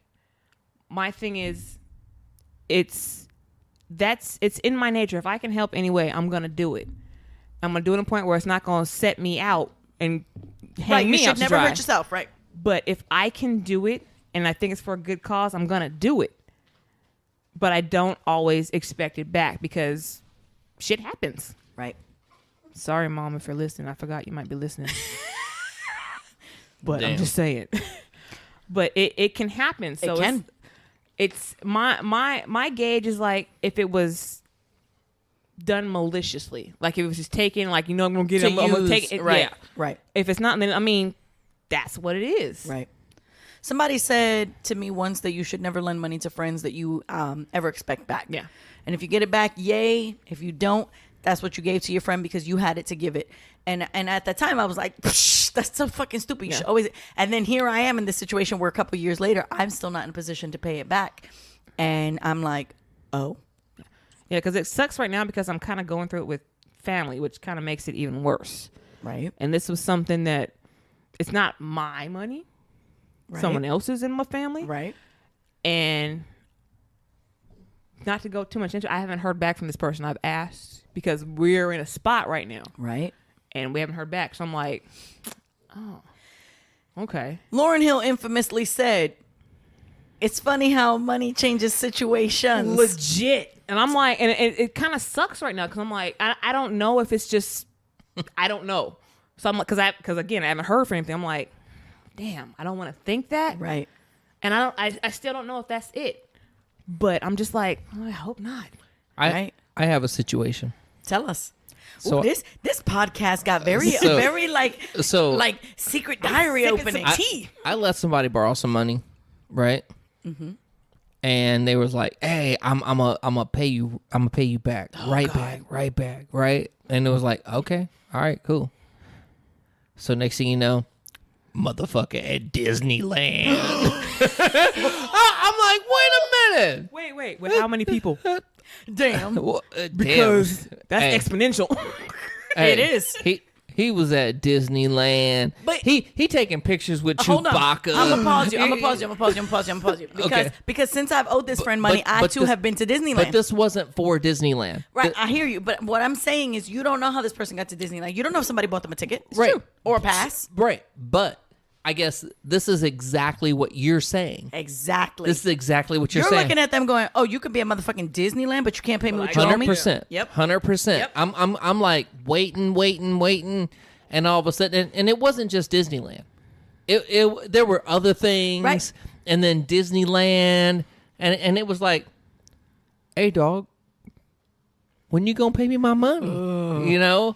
And then it was like, okay, you know, Right. And it was just like, I get it. I totally get it. When you see someone who's just going out doing the extracurricular, Living life. the extra, Right. it's the extra things, And you know. you as a person who is wonder, owed, you feel entitled to an Question it. explanation. Yeah, you to why question they're it. doing it. Yeah. So to take it back to myself, because I've been sitting on the fucking keep it real train. My daughter asked me to take her to Disney for years after us moving here, and my visit to Disney came as a result of many Yes, I of remember my that. friends donating basically. donating Disney gift cards Yeah. to get us there. Yep. Let me be very clear that by no means did Lori have the money to contribute to Disney trips. But when I tell you that the crew came in I was there. and I saw threw it. Yeah. gift card after gift card. When I tell you that was how we presented her gift, we all threw gift cards at her. Yeah. And she didn't understand what was happening. She didn't. She didn't. That got us to Disney. By Yeah. no means was that me like, fuck your money, I owe you. So it's money makes things difficult In friendships. in any relationships. Well, see, my thing is, this is one thing I've learned. For me, friendship means more than the money. If in that, That's because you have some money. technically, You do though. And I'm not saying how much you have. I'm saying I'm saying when a motherfucker's like, how do I pay the smut bill this month? Yeah. It's different. Yeah. Money is different when you have, and when I say you have money, that doesn't mean that you're rich. It Yeah, just means that I understand. like your Yeah. bills came every month, and even though you might be like, God damn, that hurts, you can pay that. Yeah. And I get that, but for me, at this point, it's the friendship means more because it's especially for someone who's contributing to me and I'm contributing to them. Right. The money to me kind of is not the focus. Right. Because I used to be that person like, well, damn. Why can't I? But at the same time, Right. I gotta think. People gotta live. People gotta do this. People, Right. That could be. I Real don't know. talk. I don't know their situation. They don't know mine. And that is the key to all of this. You don't know folks' situations. That same time my ass was kicking it with a Disney annual pass that my friends basically paid for, I didn't have the money to keep my lights on. Yep. I have learned because you kind of gotta learn what's more important to you. That's right. You can be right or say like, this is mine, I need it, or you can get what you get from that friend, and that will feed you more than any monetary amount. I agree. Does monetary count? Yes, it does. I give you monetary. That's a big word right there. So for the people who know me, they know that I am not only a bookworm and a lover of reading, but I am a lover of words. And some of my friends like to make fun of my vocabulary. That's me. Alton too sometimes. Yo, cutlery. Fuck all y'all. Fuck all y'all. Cutlery. These motherfuckers gonna call that shit silverware and it's all plastic. It's cutlery. Who says cutlery? I do. In So my friends passing. make fun of me for some of my words. And so every now I and go by again, syllables, the amount of syllables. Mikey will Damn be it. like, does this word count? And I'm like, bitch, communication got that many syllables. Do you That's give so- yourself credit for the word communication? Who says communication in college about conversation? Oh my God, we're done.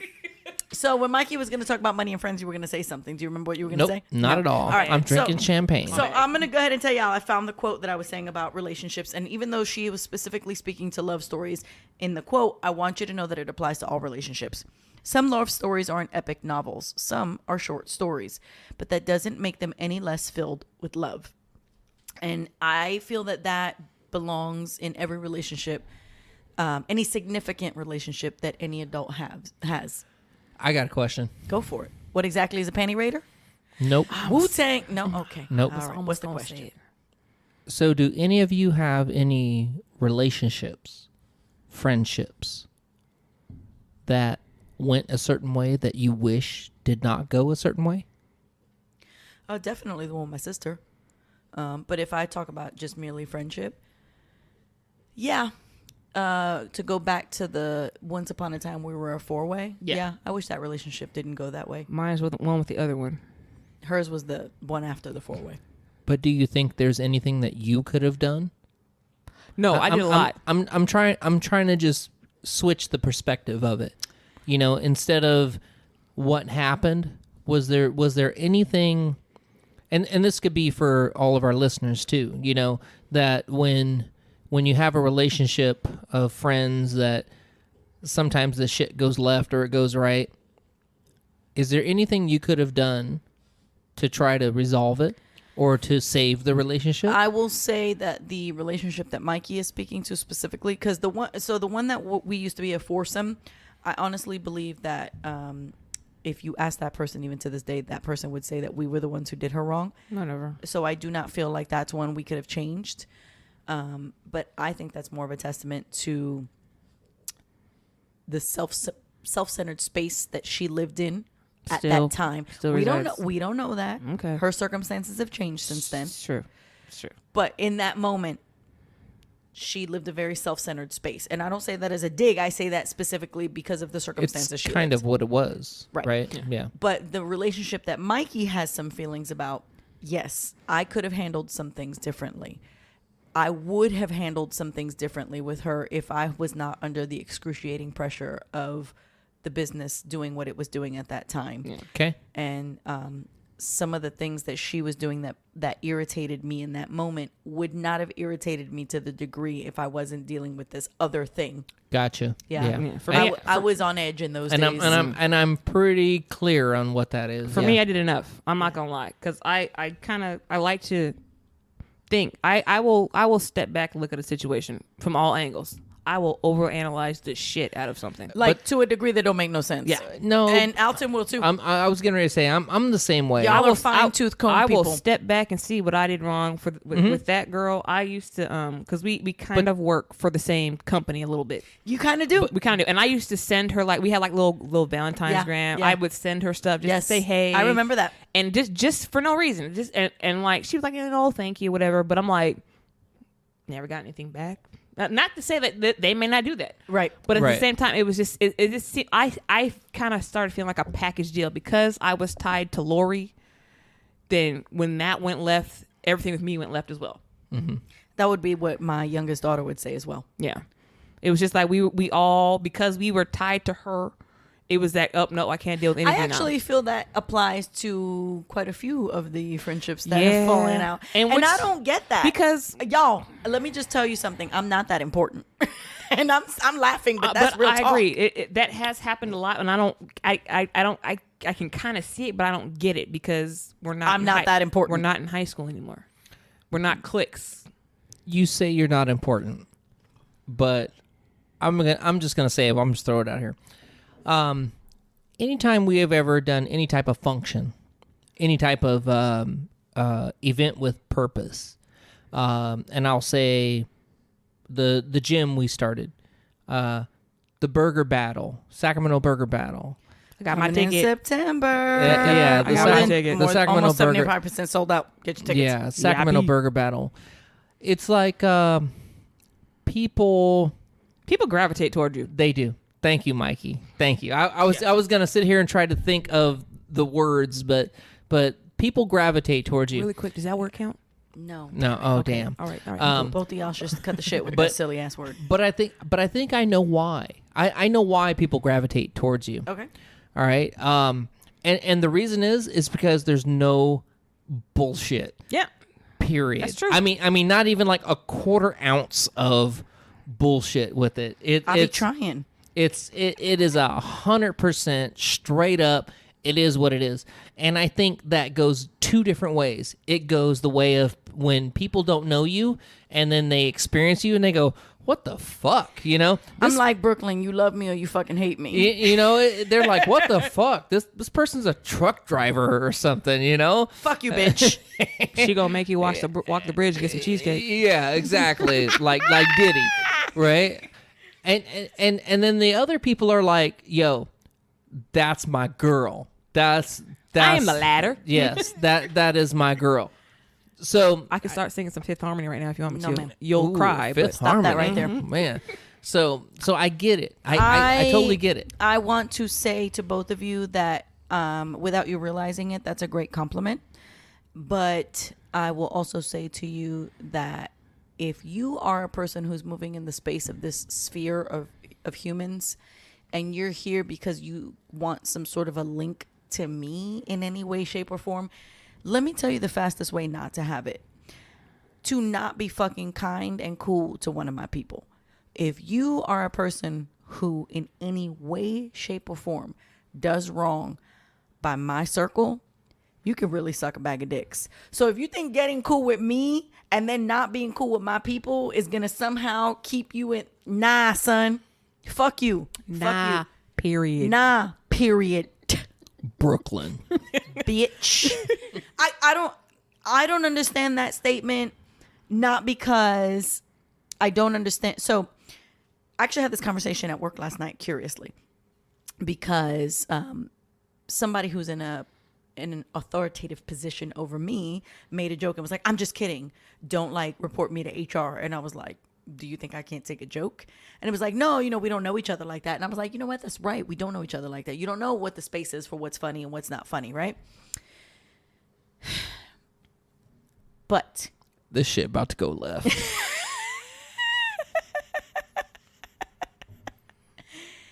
But if you think for one fucking second that somehow I have some magic bubble that you're going to, if what attracts you to me is a way that you're not, and you think by getting closer you're going to be that way, let me go ahead and break some shit to you. Tain't gonna happen. Taint. And I'm gonna tell you why. Because authenticity matters. Authenticity matters in your friendships.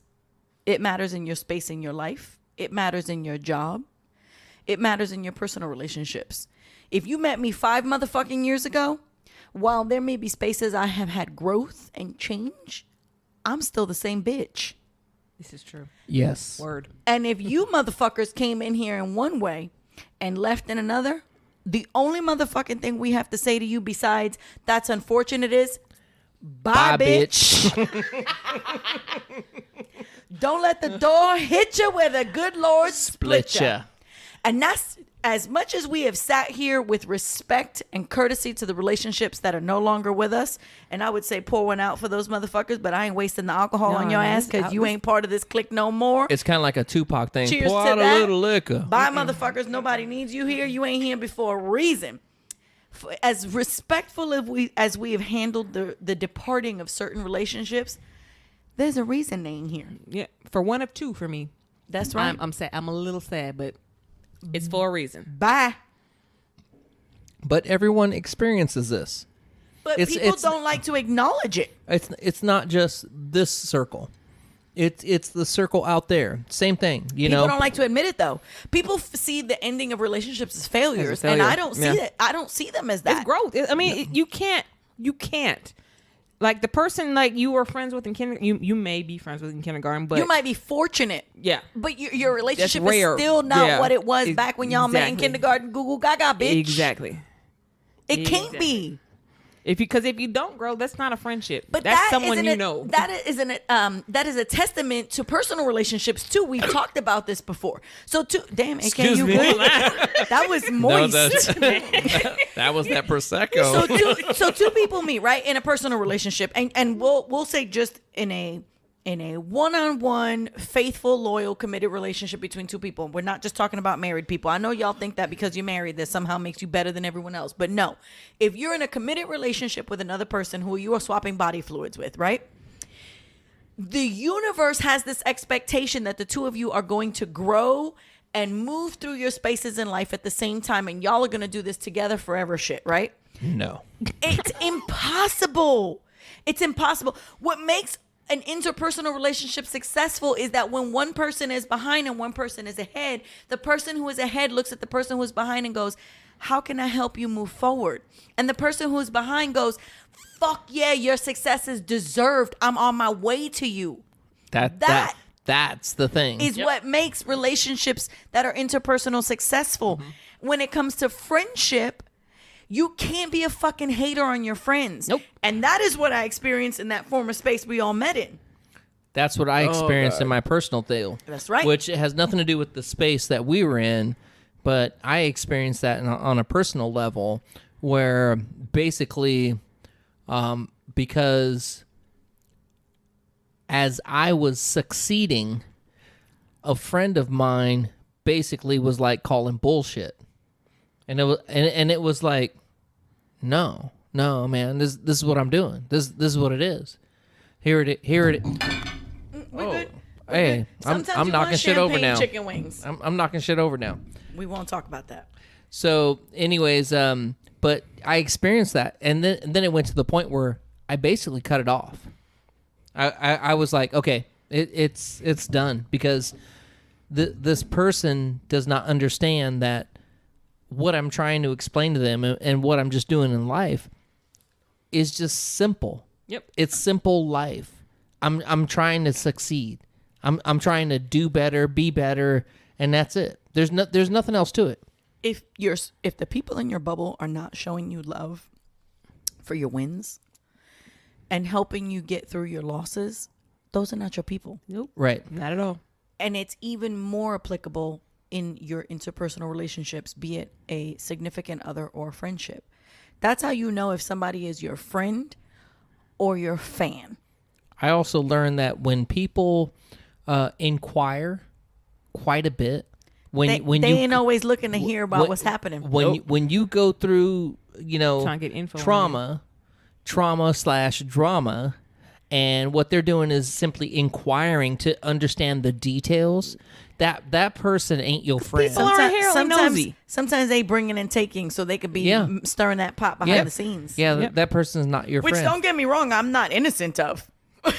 Well, I experienced it. Yeah. I experienced that with someone I thought I was super cool with. And then it was just like, now. That person would have been in the list in your long-term friends. And now here's another scenario. And so that person was, inquiring and all that stuff. So do you... I'm guilty of this shit. I'm guilty of it. So that's what makes this podcast different than a lot of relationships that people have with outside listeners. We keep that shit gully. Yeah. I just finished telling y'all that one of the worst situations you can get in with friendships is those with money. And I admitted that I am in that situation as we speak. Mm-hmm. And you're going to talk about a friendship. You're going to admit that as much as whatever this person did, you've done it too. I love this dude.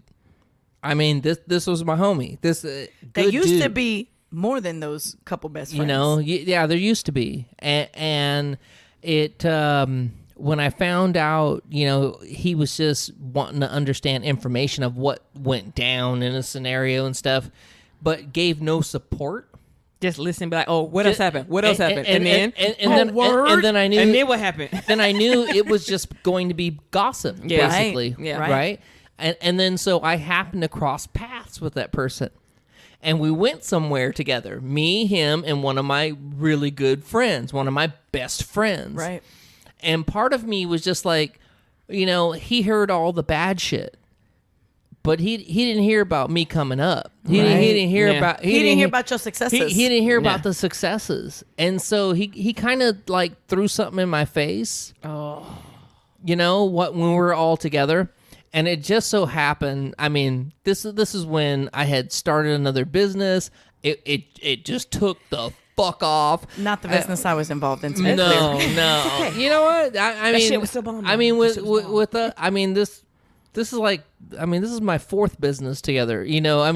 So anyways, this was like my second or something at the time, and that one was really successful, and it just so happens he was talking some shit about it, And it just so happens I had something like, I don't know, $3 or $4 in my pocket or something. And we were shooting pool. It's real easy and we were to shooting flex. pool, you know, and it was just kind of like, it was one of those things like Did you want to flex on him? you want to throw it in his face. Did you flex on him? Keep it real. I think I threw like $5 on the pool table. Let's go. And it was like, nah, man, I'm good, And Don't believe what you heard. yeah, and it's but it brings up a point. It's like you have these friends that we talked about. You have friends like in certain areas of your life, friends that'll keep it real, friends that'll give you praise, friends that'll just tell you like real shit. But then you have the friends that you realize really aren't your friends. Yep, that's right. They're the ones that really they just want to find out where your falls are. They have a term for that. It's called a frenemy. Yeah. They They're want disguised as a friend, but really they're not your people. They want to know where your falls are. That's right. So they can step on that fall Right. and And raise themselves up. Yep. And raise That's themselves right. up. And it's like you don't really see it until you see it. And the thing is, those people are not Bet your always mama saw it first, necessarily. though. Mamas always see it. I'm Not saying. my mama. Well, okay. She might have been high. Most. Oh, damn. Sorry, Mom. Damn. But those people might not necessarily be bad people or ill-intentioned, and that's where it's hard, and Yeah. that's where you struggle with one of those relationships, and I Yeah. struggle with the other, because I don't believe those people are ill-intentioned. I believe that their faults overwhelmed their intention. Yeah. But I got a question, Alton. Go. What did it feel like to have $5 in your pocket? Because when I got 20, I'm like this shit. Alton was balling for a while. I will tell you this. For a while, I was doing real good. I don't know what that's like. Me either. I'll tell you this one. It's true story. I remember Christmas time came one year when I had started this business, and I had a business partner, and we were talking, Not Lori. and it was like so, and so we were like, working on hey, so what are we gonna do for pay this month, right? And so it was like, it's fucking Christmas, man. And so it was like, okay, so this month we're gonna cut checks for each other for $20,000, and I was like, cool, I'm good with that. So my Christmas, my December of this year, basically This particular year, not this year. this year, that year, it was basically $20,000 plus another, I don't know, $2,000 or $3,000. So that was like the, That was the year he took the kids to the store and said, "Get what you want, y'all." yes, I did that. That's been my dream. Like Toys on R my, Us. hey, on my son's 7th birthday, I fucking took him to, I can't remember the place. KB Toys. No. It was a sporting goods place. For his birthday, Sport I Chalet. took him there, right? And I told him it was his birthday, right? And I was like, Josh, I said, he goes, what's going on? I said, hey, man, I took you here for your birthday.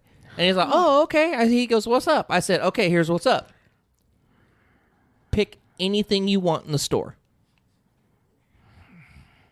Let me get clarification. Let me get Yo. Is that like just No. one thing or No, just no. Nah, he No, could have got he what had he an wanted. open checkbook. I said, you Man. grab whatever you want in the store. Aw. You know what this motherfucker grabbed? What did he grab? Wait, what year was this? A basketball.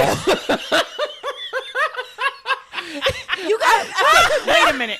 I was like, Wait a minute. He was 7 He though. was 7. He In was his fucking 7. defense, he was 7. I was like, is that it? I mean, hey man, they got scooters and bicycles and. But he was 7, If he was 17, your 20 G's You would would've have been had a gone. big dent That in would've it. been gone. That's right. Hey, He'd have bought himself a small woman from an Asian catalog. had her delivered. Shit, right? Yeah. Oh God. Okay, so before we rock and roll, before we lock it up, Alton, Yes. any final thoughts on friendships or the state of friends or anything like that? I would say one, if you guys are listening to this podcast, fucking love your friends. You know what I mean? Real talk. Show some love. Create real memories with them. Yeah. That even if y'all ain't friends in 10 years, you can look back on and go, that was the motherfucking time right there. Invite them over. You know, even if it's for some motherfucking wangs and some bubbles, you know. Sometimes you get champagne wings later in the night. Yeah, I mean, invite them over. Extra special sauce. That is probably like the biggest thing I would say with this little podcast tonight. I you know, when it comes to friends, man, friends are not a dime a dozen. They're not. And you don't gain friends and lose friends, gain friends, you know, through your life. Well, that's not true. You probably do, but then you hit a certain age where it's kind of like you know, your friends are your friends, and you're not gonna really like gain 2, 3, 4, 5 more friends. You know, I mean, that's just not gonna happen. You close the circle when you get older. Yeah. AK and I had a big falling out a couple years back in the summertime. I don't know if you remember that. Around the 4th of July a few years ago. Maybe. Big falling out. Like, we owned a motherfucking business together, and I was like, I'll answer the motherfucking questions. And that's about where it's gonna be. But you get to a point where you realize that some relationships, you have to find the path to forgiveness.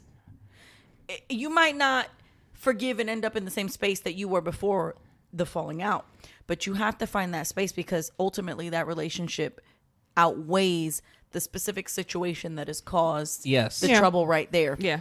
And so that is a great point. So, I mean, not trying to cut you off, but as you get older, you can easily take a situation and blow it the fuck up and kill a relationship, right? But the truth is, you really should look at that situation and judge the situation. Is it really worth losing a relationship? Right. You know? But now, you may have that friend that is always kind of full of shit, and you have to let them go. That keeps bringing up that situation. Because they do not contribute positively to your life. Yep, correct. So when Alton and I had this bump in the road between us, I was the one who was like, "Fuck this shit," but I was also the one who was like, later on, I was all, "Damn, it's been like a minute and we haven't talked," and I'm noticing a space that is not being met that I have not only grown accustomed to, but I need, and I had to take one to the chin and put that pride to the side and go, this kind of sucks. Yeah, and I kind of miss you. Yeah. I The get circumstance right here, right? What's happening in spite of all these other things, what's currently going down sucks. And I don't feel that what we're having this fallout over is worth it. Is worth cutting the whole situation to shit. And I didn't know how that was going to be met. Because one thing that Alton and I do have in common is that once that scissor gets, it's usually done. That's it. And so even though I had initiated that initial chop, you know, one thing that we have in common is that light switch. Like when it's done. Fuck that shit. Fuck that relationship. In spite of the business, the interpersonal relationship, friendship was in a state of trouble. It really was. And so I reached out and he reached out very quickly in response. And we were able to not only discuss what the falling out was over, but move past it. Yeah. And so I think that's one of the later spaces in my life that I realized that not every circumstance, no matter what it is an unforgivable space. Sometimes the other portions of that relationship have to bear some weight in this one particular circumstance that's happening. So I agree. That's a friendship that I agree. Did see a pullback. Yeah. Mikey, what about you? You got any last final thoughts on friendships, relationships? I know you're like, fuck them bitches, I'm good. No, I actually do. Okay. Justin Bieber was right. What? Mm-hmm. I said it. Justin Bieber was right about what? My mama don't like you. Ooh. And she likes everyone. Okay, I have a question. Yes. In the my mama don't like you, does this have anything to do with either of the relationships that you and I shared? Actually, no, it doesn't. Okay. It has. It's the previous ones. Yeah. Okay. But you know what? I'm gonna keep it real with you. If mama don't like somebody, and Mikey's right, her mama like everybody. Everybody. Yeah. If mama don't like you, if she keeps warning me about the same people over and over, problematic. Yeah. So and that's how I learned. I learned the hard way, but I finally like that feeling I kept having is the same one my mom was telling me about. I learned. I'm like, yep. I can't. She just turn quoted the Beebs. I did, and I can't stand him. I did, Man. But yeah, you got to listen. There, if there's something in the back of your mind saying, don't right, don't go all the way in. You just gotta listen to it. Again, if you got to be mute, be mute. Hold off, listen, take all the information in, and Then you'll make your get decision. Yeah, you'll get then the make answer. your decision. There's no rush, but yeah. Mine would also be that even if a relationship ends, that it doesn't have to be, it doesn't matter how it ended, really and truly, that it doesn't have to be looked back on in your life as fuck that motherfucking piece of shit. Like, not every, some circumstances do deserve that. Yes. Yeah. But the real truth of the matter is, if I have one lesson that I can say, I've shared this with my daughters repeatedly. When you hold a grudge, when you hold anger in your space, when you hold resentment and sometimes hatred for a person, that person is living their life cancer free. Exactly. And you're the one with that It only hurts you. shit inside of you that can't be let go of. So while I'll give you the example of my sister, obviously for a family, it's very difficult to have the two closest human beings haven't talked in years. And even though I'm not super close with my mother, and for a long time I wasn't super close with my dad, but I think that we worked on that quite a bit this last year. It's hard. Like, I try to imagine if my daughters didn't talk, how tough that would be as a parent. Yeah. I respect the position that the two of them are in, and I definitely understand it for my two little brothers who their big sissies Yo, they raised them. fine. Yes, my brothers are fine. Wait, real quick, do they listen? I don't know if my brothers listen. They I still never fine. asked. It's fine. It's fine. Y'all fine, boys. My nephew, the world ain't ready for that one. Yo. I understand. I not only understand, appreciate, and respect how difficult it is for them. I also understand that I don't move through the space with that broken relationship. Like, fuck that bitch, I hate her. Yeah. I don't. Yep. It's not a relationship that serves me anymore, and I have no interest in rekindling it. But that's who I got through the trenches with. Yeah. No one. So during that time, it was worth it. Not one person was- on this planet can ever relate or identify with what we have survived together. Yeah. I will never take away from that. We just can't go forward. Yeah. And that's okay too. Yeah. Yes, and that's what I was just getting ready to say. I mean, you can share some of the past memories that have been the greatest, but sometimes what ends up happening in a relationship is you cannot move forward with Can't that move person. Lines are crossed, and Right. and sometimes it's not really about how it went down. It's more of the principle. That's right. It's about more of respect. That's right. It's about family. And when that shit gets crossed up, it's kind of really no return from that. I agree. So And so I guess to close it all out for all of us, for those of you listening, we always ask you guys to contribute to the conversation, and some of you actually contributed some really serious topics for us to discuss, and I hit them. I did, even though I didn't want to hit one of them in particular.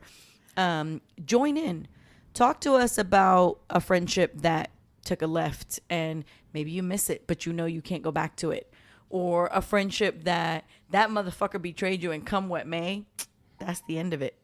That's where it ends. Stops right there. I'm gonna ask this real quick. Go for it. Have you had a relationship where someone kind of fucking crossed you, but you have gotten over it and you're good with it? Yep. And you see that person and you ain't even tripping? Yes. That's how I am. Sadly, I it's can't family. I can't hold grudges against people, because I've always felt that when I try to hold a grudge against someone, there's effort to try to hold the grudge. I think that a grudge hurts you ultimately more Yes. than it hurts the other person. They out there living their life. They don't and give you two got, you shits got a about bunch what's of going shit on. inside of you. Yeah. And so I've had several where it's like shit didn't go my way, Right. kind of fucked up, Right. and it's like initially I hate that person, hope they fucking burn, I wouldn't piss on you if you was on to fire, put them out. motherfucker. Yeah, I wouldn't piss on them to put them out, but then, after a little while it kind of gets to that point where I'm like, okay, I'm cool. I have to be cool because I can't. I don't. They say it's like somebody else being diagnosed with cancer, but you carrying the illness. That's what a grudge is like. Wow. That makes sense. That's deep though. Damn. Yeah, that's deep. Shit. But it makes sense though. Yeah, that's deep. All right, y'all. We've been on this for a minute, so we're going to close it out. But I'm going to say one last final thing. It don't have nothing to do with what we just discussed. You can't tell motherfuckers to go back to where they came from if they were born in this motherfucking country. And Okay. if they weren't born here and they're legal citizens. The only motherfucking people who have the right to tell people to go back to where they came from are natives. Native Americans. Everyone else needs to shut the fuck up. You know what? This man. last couple episodes we've been touching a little bit, and It might be time here. Yeah, It might be time. Yeah, but Because it's just, I said this to somebody today. She said, I don't normally discuss politics. Mm-hmm. And I said to her, if those of us who normally don't discuss politics continue to keep our thoughts and opinions to ourselves, yeah, the they don't get people hurt. who are going to get heard are the radicals. Yep. And you know what the truth of the matter is I'm not ready to give this country up to these fucking people. Nope. And this is the first time in a long time that I've legitimately been frightened about where this beautiful country is going. And let me tell you something. I'm a motherfucking Puerto Rican girl, but I am an American. And I've always loved this country. And what is happening right now is unacceptable. Yeah, It's unacceptable. It's total bullshit, is what it is. I mean, this is something that it's quite mind blowing. What I'm watching, it's hard to even try to formulate it's words. unexplainable. Stuff you think like not even 4 or 5 years ago, you could not imagine this stuff being said. It's unexplainable. It's like, I don't get it. It's a train wreck you're watching in slow motion. I don't get it. And then there's a huge chunk of the population that's like, yes. And It's right in front of you. It's a mosquito. Damn, Mr. Miyagi. Hey, you need some chopsticks. Yeah. So I guess whether we like it or not, we've dipped our toe in it. But I guess it's time for us to have that conversation. Yeah, I mean, we've always said that we wouldn't go into politics and stuff, and maybe we don't still, but we lightly touch on it or something. But you know how that is. When you get on religion, you get on politics, people like have some super strong opinions and all that good stuff. But I mean, hey, what's our space I live in. What's our podcast Everything called? fucking sucks. And right now, Legit, what's happening in America sucks. And right now, what happens in Puerto Rico sucks. Yeah. Renuncia, Ricky. Step down. If you listen, I've been real careful about what I've discussed on this podcast, but I'm going to go ahead and tell you, the governor of Puerto Rico needs to fucking step down. The people have spoken. Yeah. You are corrupt. You have broken the beautiful island. If you're pissed off at people who are out there causing damage and rioting, the blood lies at your feet. Yeah. Step down.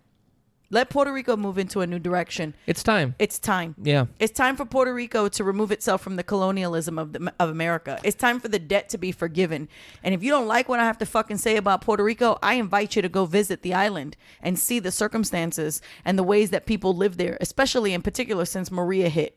There are still people in the smaller sections of Puerto Rico that don't even have electricity. Yeah. Okay? Water expired sitting in the fucking dirt because they considered it extra, while people are making jokes about the conditions that people are living in. If you have a fucking problem, if you don't understand what's happening in Puerto Rico, I invite you to do some research. But they don't report that. They don't Only report none of that. what all I've seen is just like riots and what. Yeah, and you only hear about the riots. You don't hear about the fact that even still, a year after Maria, there are people in remote portions of the islands with no access to clean water and electricity. There's several people I follow on Twitter that live in Puerto Rico. And they post videos all the time showing you like, this is the real. This is what's happening. That's right. Whatever they're telling you In is the fucked non-resort up. towns. It's not real. Yeah. So it's so interesting. But The diaspora supports you, Puerto Rico. We're gonna make some changes. It's time. yeah, it's time for Puerto Rico to hit the blinker and move into the left lane. It's time. So It's time. All right, y'all. Join us. Wow. No. We be twinning on a way that don't make no sense. Y'all owe me a soda. wow. I took Mikey, it there. thank you. Listen, coming and sitting down on a podcast, I know people think we're just having a regular, degular, schmegular conversation, but opening yourself up about your personal experiences and letting yourself be put out there for judgment and other people's opinions, that's tough. So thank you. You're welcome. I loved it. And it's a 2-hour podcast. And my beautiful, quiet, mute friend not only participated, but had contribution. She's been Damn. eating a lot. Growing and shit. And not just left to right. Like my ass. Are there any more champagne lemon pepper wings? Alton knocked his champagne over Alton into the always wing. on my shit about all the noise I make and bumping into shit. And he the motherfucker who dropped the whole glass of champagne on them wings. Hey, I was just trying to spice them Extra up. You know, seasoning. I was just Man. trying to spice them up. All right, y'all, talk to us. Shout us out. Talk to us. Share. Remember what I said in the beginning. The only way this podcast grows is if you help us share it. Yes, please share it with all your friends. Just come on now. Come on now. Hit the share button. Shit. We'll be posting this very soon. What was that, Mike? They still do Come On Son. What is happening You never right heard now? Ed Lover? Come On Son. Share it. Damn. Did you just Wow. bring up Ed I Lover? think she went back to the 80s. No, it was recent. Yeah, Come On Son. The little cardboard son. Hey. Share it, y'all. Come Y'all. on, son. Peace. Bye, y'all. Peace.